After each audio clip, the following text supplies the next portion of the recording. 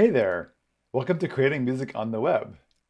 My name is Ben Morss. I'm a developer advocate and a product manager at Google, where my job is to help make the web better for users and for developers alike, really making it easier for developers to make things easier for users.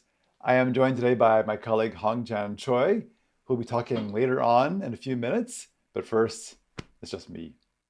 So the web. The web has changed quite a bit since its creation about 30 years ago, in about 1989 or so. It began as this document description language. It was pretty straightforward. It was text with paragraphs. There were header tags, H1 through H6. Unordered lists were already a thing back then. And of course, hyperlinks, which let you hopscotch from server to server around the world, discovering new things on new servers. But it was a means to create and to consume content. And during the 90s, as the web became popular around the world, that's what it was. It was a content creation and discovery platform. There were images, you had Flash, you had Java applets by then, but basically it was for content. And then in the 2000s, that changed. Ajax was invented, and we began to see on the web applications that resembled the applications you saw on native devices. For example, in 2004, Gmail. Now, Gmail was not as beautiful or as capable as native equivalents, as native email programs, but it became popular quickly because it had certain advantages built in. And I think maybe primary was the fact that it was universal. You could go over to a computer with a modern browser anywhere in the world and log into your Gmail, and there it was. There was no need to go to the store, install the software, or bring your computer from place to place. You could just use it on any computer with a browser by logging in, and there it was with cloud storage. There it was all ready for you to use. So web applications became increasingly popular to the extent that PWAs, you've probably heard about, progressive web apps, these may or may not ever replace mobile apps as the primary means of applications getting to users on mobile devices, but we have seen that desktop PWAs, DPWAs, are quite popular, and increasingly we're doing more and more things simply in our browsers. There's, for example, Spotify, which has a very nice PWA. To the extent we can also now use our first and only XKCD cartoon in this talk, showing that Macs, PCs, Chromebooks, Linux boxes can all run the same applications as long as they've got a modern browser. The operating system doesn't matter as much as long as the browser works. The same applications can work everywhere. We've seen some pretty amazing things happen recently. For example, GitHub now has a web editor. If you're on GitHub and just press the period key, you get into GitHub code spaces. Suddenly you're in VS Code right there in your browser with the VM, some extensions, you name it. This is easier than you might think because VS Code is made with Electron, which is built on web technologies already. Also, we're seeing creative applications move to the web. For example, Gravit Designer, a vector-based design application. People like that it works cross-platform, and again, it's universal. No software installation is required. There's online collaboration. Clipchamp there on the right, which offers online video editing to at least 17 million users. And again, online collaboration, quite useful. We even just saw in October, Adobe Photoshop. They just announced this beta version for the web. That's a big change. Photoshop in a browser. So like Gmail was, these creative applications aren't always as sophisticated with all the feature sets as a native equivalents, but what they do is they bring the feature sets most people need to more people. They're easier to access, they often have larger subscriber bases, and they have some powers built in that the web comes with. What are those web powers? What are those web powers? Let's look at those briefly. First of all, as I've been saying, they're universal. You're not installing software. You can use these things on any device which has a modern web browser. Also, discoverability. You can find content created with these applications often by searching on the web. That's kind of neat. Similarly, you can share your content, your creation with somebody by URL. That's already just part of the web. Each creation has a URL. Share it with a friend. Invite them to collaborate, there you are. Speaking of collaborate, you can create a community of users quite easily, and you can collaborate with people. that kind of magic you find like in Google Docs now, where you can share a document with people around the world and working on it at the same time. So web applications can come with these powers pretty easily, making them more suitable for certain purposes than their native equivalents. We're building the future of the web now. New capabilities are arriving all the time. Let's take a quick tour through a few of the things that have appeared recently and are to come, on the way to looking at, of course, audio on the web. First of all, the file system API. Historically, there's been this wall between your browser and the device's file system. For security reasons, you could transfer files via FTP or a form, and eventually dragging and dropping, but that was it. But of course, that wall is a barrier for certain applications that need this kind of access or could use this kind of access. And so, if the user grants explicit permission, applications can now access parts of the file system. If you want to see this in action, check out this demo over here, this text editor. You can open a file from your computer, you can modify it, and save it back to your computer. Check it out, the links below. Another nice API, actually a collection of APIs, is the Devices API. So browsers can already access standard devices like keyboards and mice, webcams and microphones, these kinds of things. But how about other kinds of devices that are not quite as standard? For that, we have Devices APIs. For example, WebUSB, useful for other USB devices like Arduinos or badge readers, credit card readers, DVD burners, those kinds of things. The Bluetooth API for accessing, you guessed it, Bluetooth devices. The Gamepad API for gaming. Serial API. Yes, Serial has been around for a long time, but is still useful, especially in places like retail applications, because I guess that serial connectors have little pins in them. They screw in. They've got a hard plastic coating around them, so you can spill liquid on these things, and they still tend to work. They just seem to still work. WebHID API for human interface devices. I won't show examples of all these things because our focus here is going to be audio, but check out the awesome WebUSB site there for more examples.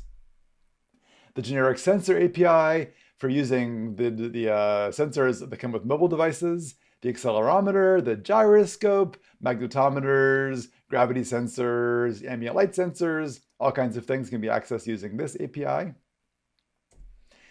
And if you want to try a cool demo over here, try this one from Intel. This is the punch-o-meter. You grab your phone and you throw a punch, and it measures the speed of the punch. Fun to do. Just don't throw your phone or punch your phone. Finally, an API that's in progress right now, which is an origin trial, which means the developers are still giving feedback on it. It should be released soon in Chrome and Chromium browsers. Multi-screen window placement. Of course, Chromium browsers also includes Microsoft Edge, Samsung Internet, other kinds of browsers. Multi-screen window placement allows you to expand existing web APIs to place windows in different screens. You already can move windows around a screen and change their sizes, but this lets you do this on multiple screens. You can also place a window full screen on a certain screen, move windows from screen to screen, and remember their placement. So if you have an application, like a creative application with maybe some palettes, different kinds of screens for perhaps a synthesizer, for a sequencer, time code, whatever, you can place those things in different screens, different places, close the application, it can recall their placement, and then be reopened and remember where everything was. Speaking of audio applications, oh yeah, the Web Audio API. This is actually not that new. Notice that this article here that I have a screenshot from is from the HTML5 Rocks site, and it was published in 2011. What is Web Audio API? I like how MDN put it. The image tag and the canvas tag are kind of equivalent here. The image tag lets you place an image on the screen and change its size and its placement. The canvas tag has a whole API behind it, the canvas API that lets you modify the image, draw new images, change it in various kinds of ways. This is similar. The audio tag lets you play back audio. Web Audio API lets you play back audio and then modify the audio, make new audio, and play that back. New powers here. Hongchan will be discussing this in a few minutes, so we're going to wait for that to happen for more details here. But I'll also mention a special part of this API right now, the audio worklet. So usually web audio uses web audio nodes. You create different nodes that process audio and connect them in a graph. Audio Worklet is a special part of the API that lets you run JavaScript in a special audio processing thread. The Audio Worklet is like a worker, but for audio. And here you can do low-level audio processing, DSP, that other browser work can't interrupt. And it gives you access to Audio Worklet nodes to process audio itself.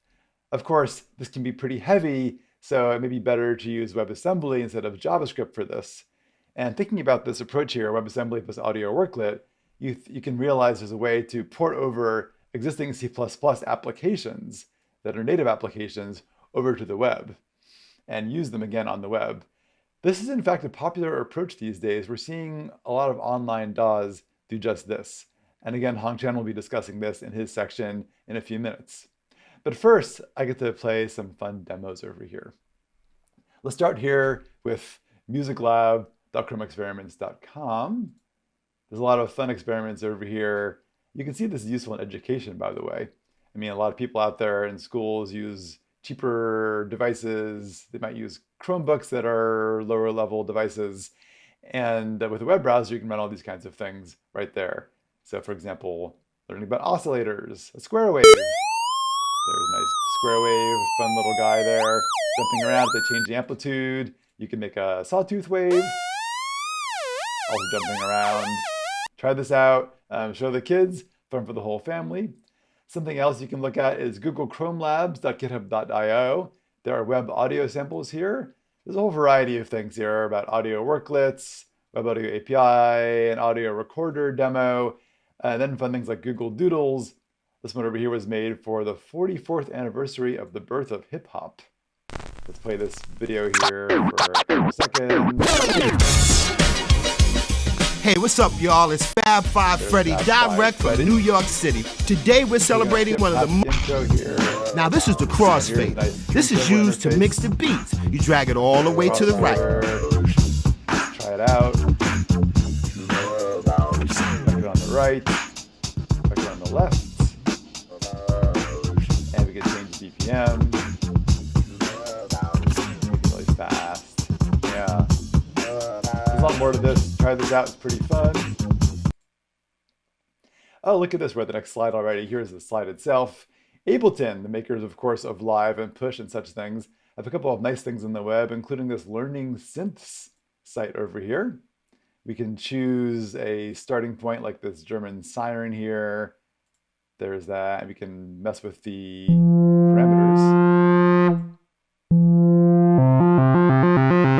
Oscillates faster.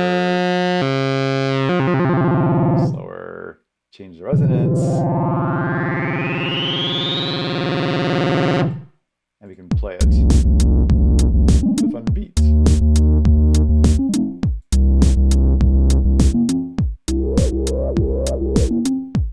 Very nice. So there's that. Let's look at now some of the DAWs on the web. One nice one is Audio Tool. It was first made with Flash back in the old days, but now it's all using modern web technologies, HTML5, Web Audio API. You see here this very elaborate looking setup here with various pedals and synthesizers. We can play it. Magical.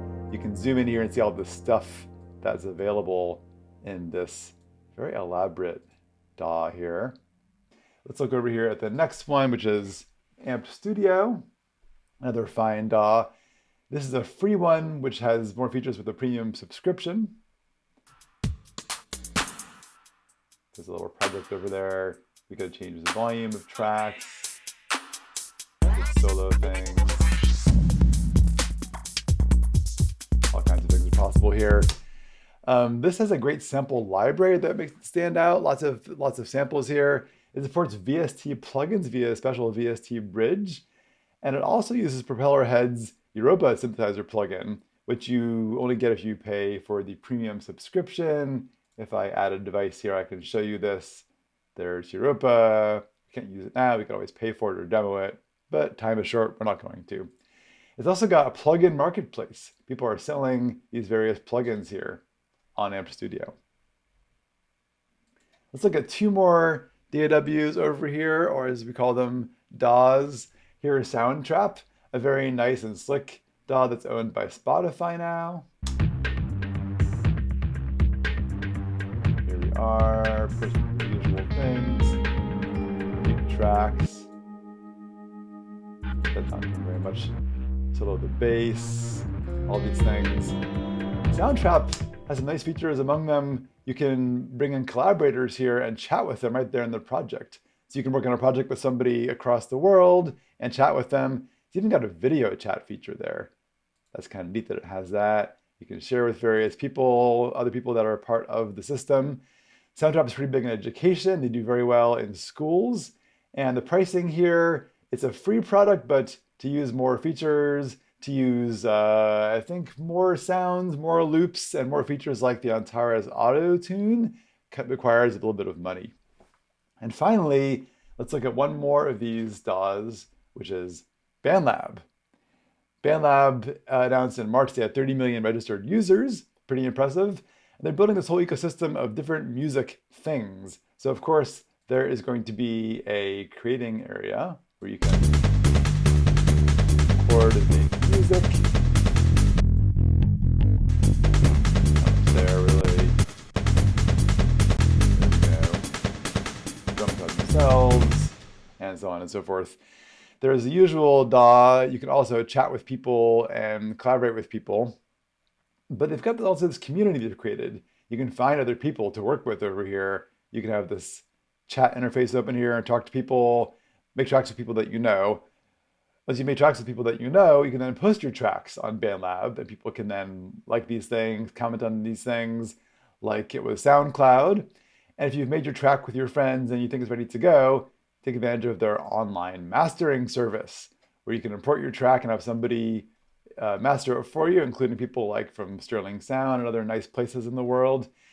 If you finish your track and you like it, you can create an album and you can post it on BandLab Albums, where people can hear your record. You can even charge them money if they want to pay for it. You can get payments via Stripe. BandLab also has purchased Sonar, which was once Cakewalk, and now it's called Cakewalk all over again. I used to use both Cakewalk and Sonar back in the day. BandLab also owns NME. They've got a whole world of music creation tools here. You can see you can create this whole area and ecosystem for yourself, where you create music creation tools on the web and community on the web, using the web's powers to collaborate with people on the web. All these things you can put together into a nice package. So now you're probably asking yourself, okay, how do I do this myself? How do I use web audio? How do I use all these things? For these, I bring you my colleague, Hongchan Choi. Thanks a lot. All right. Ben just did a wonderful job giving you an overview of the current state of things and the business landscape of web music technology. Now it's my turn to talk a little bit about the technical aspect of Web Audio API. Hello everyone, my name is Hongchan. I'm a technical lead of Chrome Web Audio team and a co-chair of a W3C Audio Working Group. Before we jump into the nitty-gritty of Web Audio API, it might be helpful to review how it has evolved over a decade. The early movement started with HTML5 in 2008. The gist of the HTML5 was that web platform can be and should be the place where people can build the applications. Naturally, HTML5 came with a lot of new APIs, and some of them are for multimedia functionality, such as playing video and audio. That's how we got the audio element. It simply plays audio files no matter where they are local or on the server. That was powerful enough to make the web platform into a launchpad for all different kinds of music streaming services. But there was a problem because the audio element was not capable of doing anything interactive or fast. For example, video games and music production. So, Web Audio API was the response to the problem. The goal was to create a JavaScript API that can synthesize and process the audio dynamically, interactively, with low latency. It was a pretty interesting process because this was the first time in the computer music history where an audio API is being standardized by multiple companies. In 2010, W3C formed Audio Working Group. It's a group of audio experts who focused on the standardization of advanced audio processing within browsers. It was an exciting moment for sure, but no one knew that this would take more than 10 years. Of course, I'm not going to talk about all the fun stories from those 10 years. So fast forward to 2021, Web Audio API version 1 finally became a W3C recommendation. The meaning of this is that Web Audio API is finally stable enough so you can use it with confidence.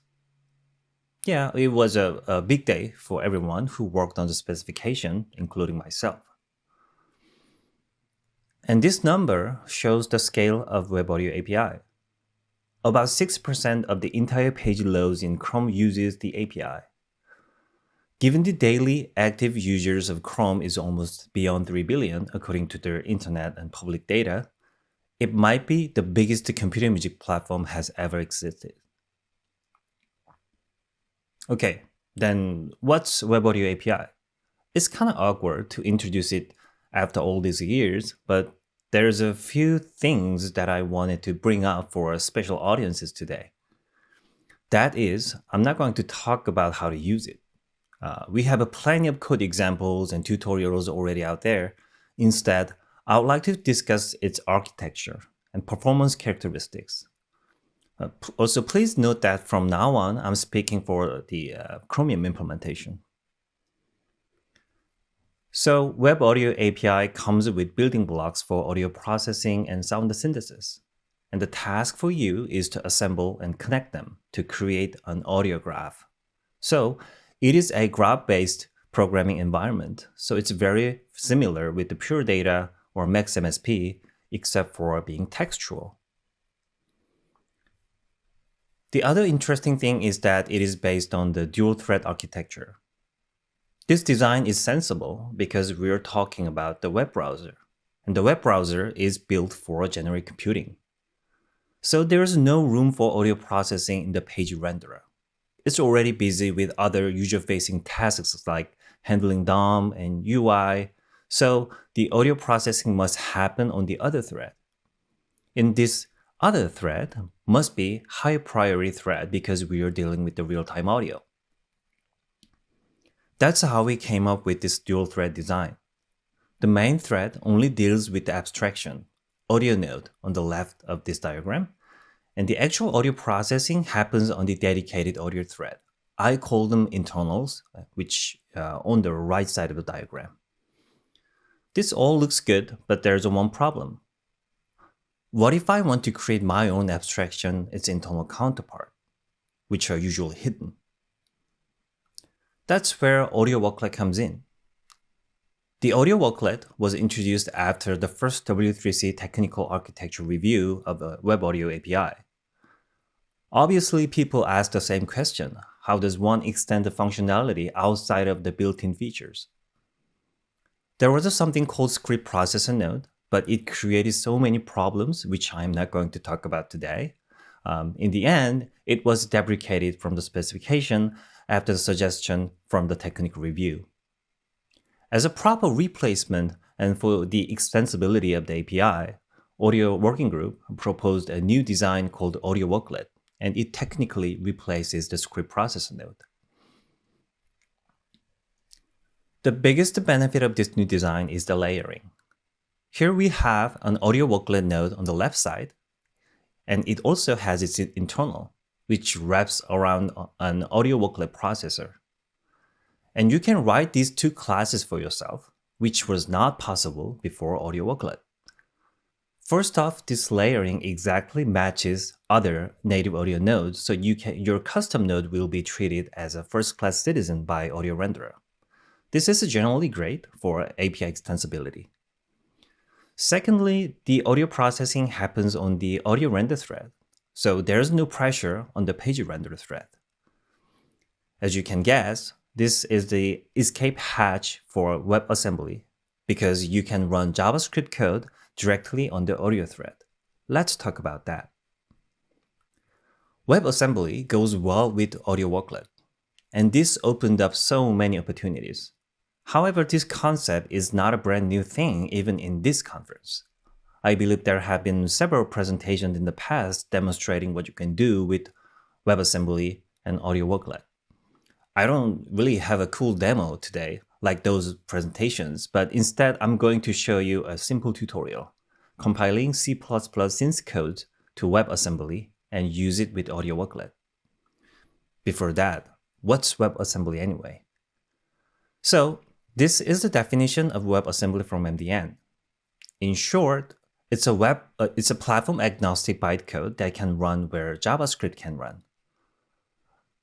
Adobe made a big splash a couple days ago by bringing Photoshop and Illustrator to the web. WASM was a big part of those achievements. It would be prohibitively expensive to rewrite an application like Photoshop with JavaScript from scratch. Of course, we can do the same thing for audio. I gave a presentation at Google I/O 2019 and did some live compiling, not live coding, on the stage. It was a really fun time, and I would never do it again. Anyhow, the video is out there if you want to take a look. So let's briefly talk about the process. First, you start with the source code. In this example, it's just a collection of C++ code written by Phil Berg in the Android team. Then you need AmpScripting, which is a WASM compiler, so to speak. After the compilation, we will have a WASM JavaScript file as a result. But there's one thing you need to prepare. It's a special binding layer, or glue code, that goes before AmpScripting. It basically defines the API that you want to expose from the C++ side to the WASM side. So now let's take a look at the code. So nothing fancy here, but what's interesting is that this is a bare minimum setup for AudioWorklet and WebAssembly. Okay, here's the synthesizer.h. As you can see, there are many public methods, but let's just remember three things. Node on, node off, and render. As you can see, there are methods like set filter cutoff and control change. So obviously this synthesizer is MIDI capable. And this is an implementation of a polyphonic synthesizer, and each voice consists of 7 sawtooth oscillator. They are slightly detuned each other. Those details can be found in the simplevoice.h and simplevoice.h over here. So here's a number of oscillator and detune parameter, then gains for each oscillators, things like that. And also we have voicebase.h. This is how you control pitch and MIDI data. It's a connection between the MIDI data and actual synthesizer implementation. And what we want to see here is how synthesizer.h, let's go back to here, synthesizer.h can be compiled with AmpScripting. So here's the makefile. I'm going to close this directory and open up the makefile. So let's take a look. Here you can see dependencies over here. And that is followed by emcc command. Here it is. And this is the AmpScripting compiler and some options that are needed for the AudioWorklet environment. But if you look at the end of the command, there's a synth_bind.cc file. So that's our glue code between C++ source code and the WASM module. And let's take a look at that. I'm going to go back to synth source directory and let's open up the synth_bind.cc. Okay, here's our glue code. As you can see, we only have 3 methods here: node off, node on, render. And now you can see where this is going, right? The render method needed a special treatment over here by wrapping with the synthesizer, another synthesizer wrapper class, because it accepts a roll pointer to floating point array. So when a method accepts non-pointers using patterns in AmpScripting_bindings should be enough, which is at the bottom over here. And these two things, the value and pointers, and these are very typical for audio applications, and that's why I chose to show. Okay, I think we're pretty much ready, so I'm gonna run the make command in the terminal and to get the WASM file compiled. All right, it's done. Now you can see, since that wasm.js just created on the left side of the screen. Okay, now it's time to use it with the web audio. This is the main HTML file, which is really simple. It's just 2 buttons and it loads the application JavaScript file, index.js, over here. And let's open this file, index.js.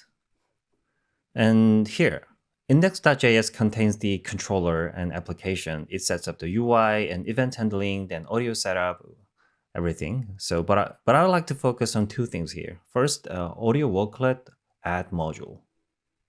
This line over here in line 48. And this is how you load internal counterpart. That is your own subclass of audio worklet processor object. Once you load this file, you can create a customized audio worklet node, and just like in the next line over here. This is the synth node. This is the instance of a custom audio worklet node. And secondly, due to the autoplay policy in Chrome browser, the web audio needs to be activated by the user gesture. And the line 73 over here actually shows how to activate the audio functionality when user clicks anywhere in the page. So document.body is expecting a click. So when user click anywhere in the page, it will basically initialize everything. And that's how you get out of this autoplay blocking mechanism. Okay, now I think we are ready to take a look at audio worklet processor where the WASM file is used. So I'm going to open a synthprocessor.js with this file over here. And this is audio worklet processor definition, as you can see over here. As I mentioned, this code runs directly on the audio render thread. So you can see we are importing synth.wasm.js, the file that we just compiled. And I'm also using a wasm audio buffer.js. This is a utility that I created to make the pointer arithmetic a little bit easier. Do you remember the class constructor synthesizer in C++ code? That is this one.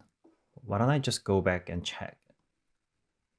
Here, this constructor over here, this is the constructor of a C++ object.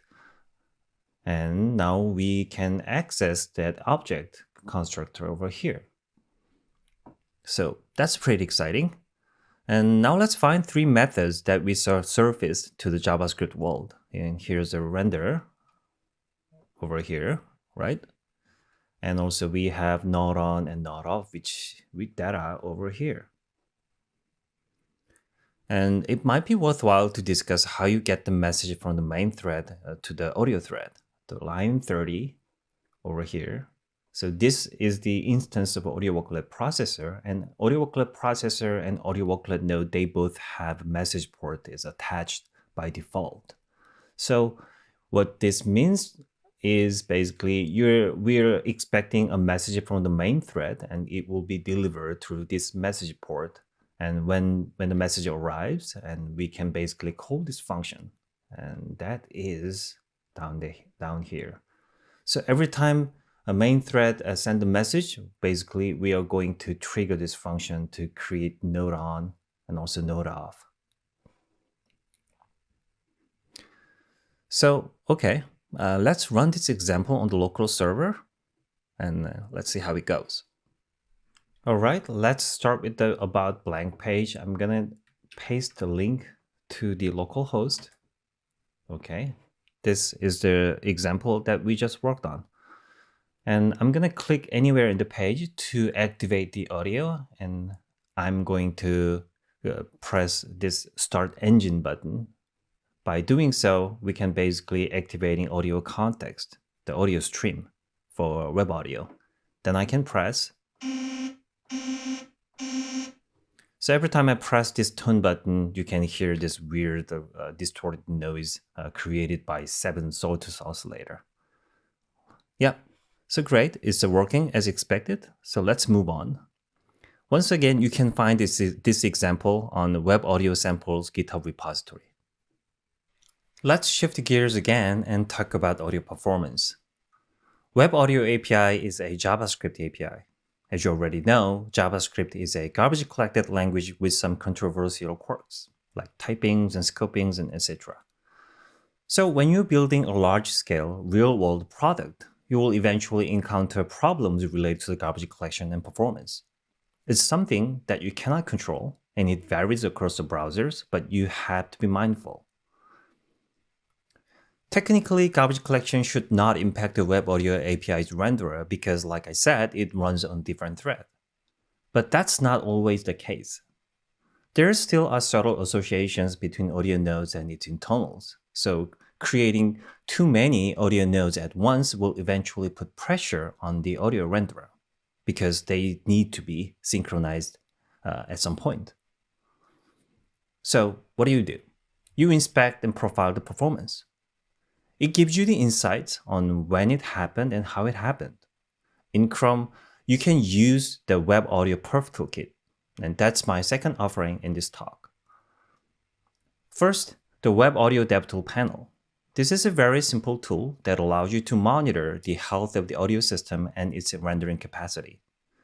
If you're experiencing audio glitches, it's mostly likely either of two cases. A, the callback timing is irregular. This can happen when the renderer runs on a lower priority thread.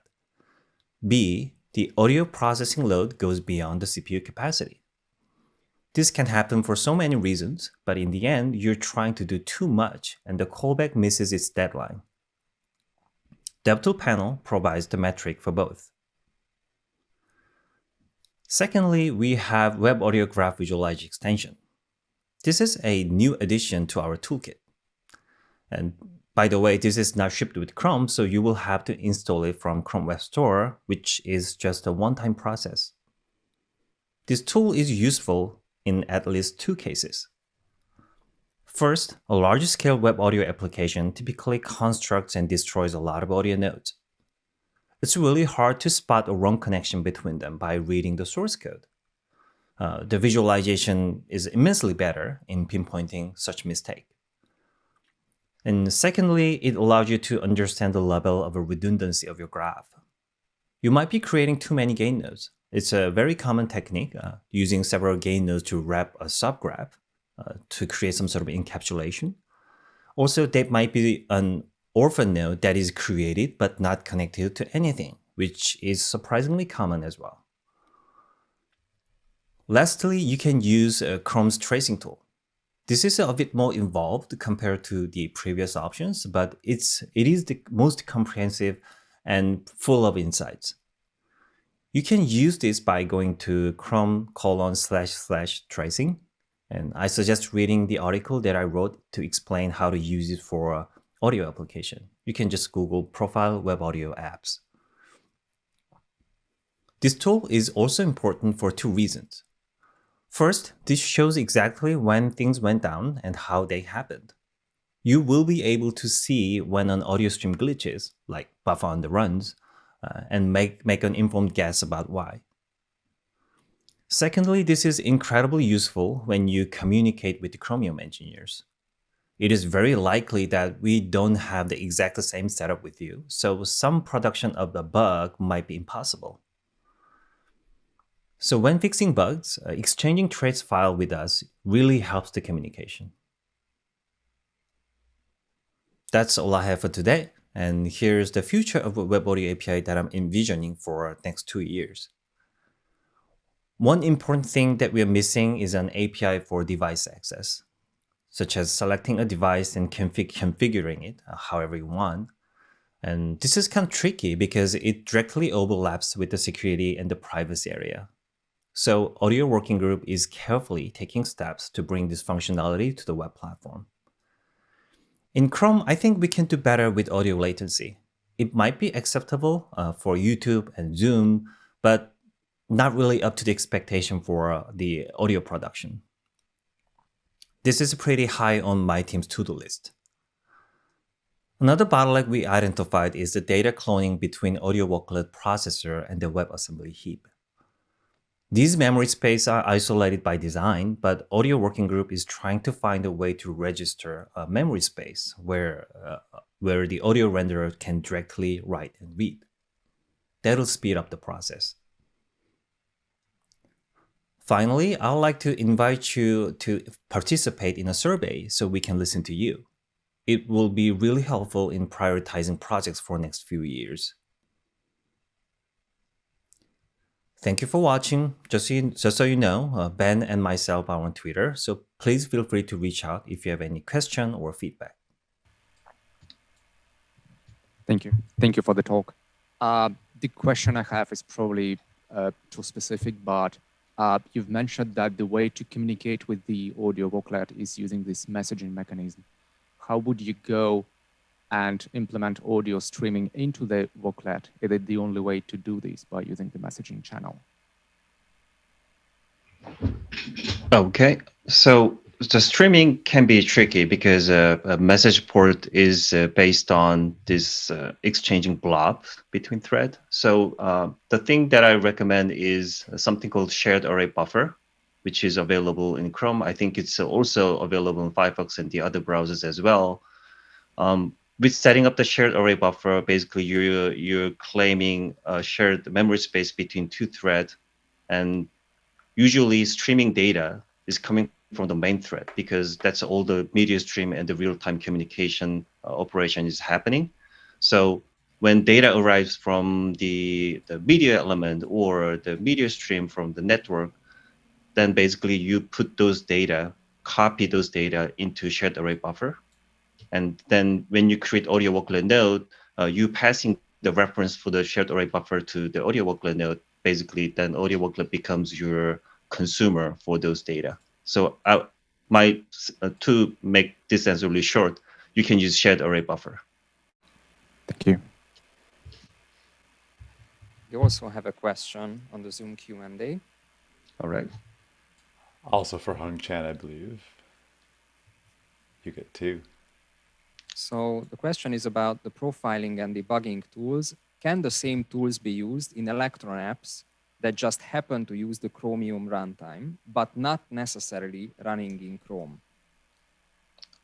I personally haven't tried, so I really can't tell. But extension itself is, if an Electron application can run Chrome extension, I think it should be doable. And I'm not sure Electron app is also having a Chrome tracing tool. So yeah, I'm sorry, my knowledge is limited there. So we have time for one more question, if anybody in the audience would like to ask.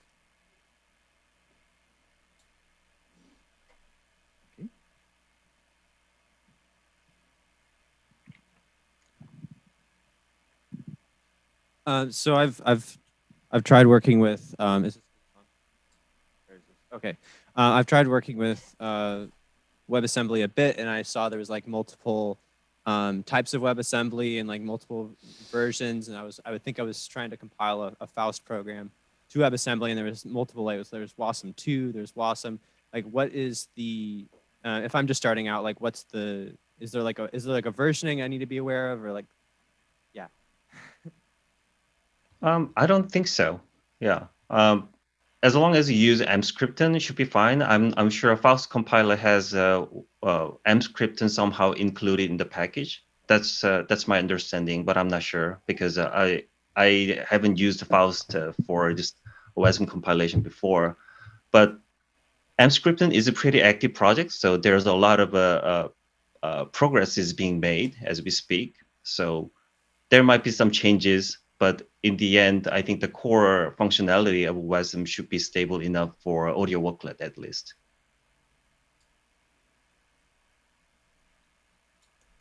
Does that answer your question, or?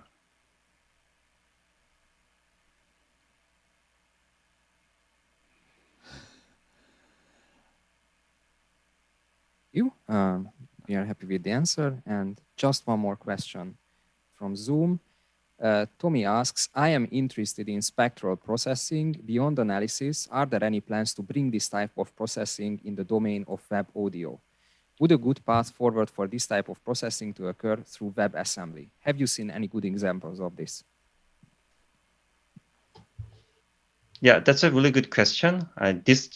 This is not the first time that I hear this question, actually, because it came up several times in the working group discussion that why don't we have a proper FFT and IFFT in the native web audio functionality? And our answer was, if we were to bring FFT to web platform, it needs to be more of a general purpose, not just for the audio and visualization. So on that matter, maybe it should be better to be handled in the other working group. That's kind of a different answer. But in terms of using FFT with the WebAssembly, we totally recommend the compile any FFT library written in C or C++. Once you have that, you can actually do it on the audio worklet itself. So that's our recommendation at this point. But if you're looking for like native implementation written in C++ in Chromium itself, I think it would be really difficult to achieve at the moment. All right, that's okay. Maybe just one more. If I have a C++ audio file player that takes a path to an audio file, I compile it with mscripten, and then if I select the audio file from the main thread, can I post the path to the audio thread if the path is still valid or not? Do I have to decode the file before? Yeah, that's a really good question. But I think it really depends on how this C++ audio player is designed. Does it have any encoding, decoding capacity like included in the source code? If that's the case, it's a high chance that it might have like entire encoding decoder code within. And if you compile through the WebAssembly, I think you will end up with a huge size of a WASM file. I'm not sure that's a good thing to do or not. But instead, what I like to suggest here is something called web codecs. So you might want to just extract the audio playback functionality, and we have something new standard called web codecs, which is currently like actively being developed at the moment. And so you can actually use the encoding and decoding features natively running inside a browser, and you can use those components. And also you can use the audio playback functionality from the C++. So there might be some integration work between these two components, but I think that's the ideal way to deal with this. All right, that's all the time we had for the presentation and the questions. Thank you again very much for the presentation. Let's have another round of applause.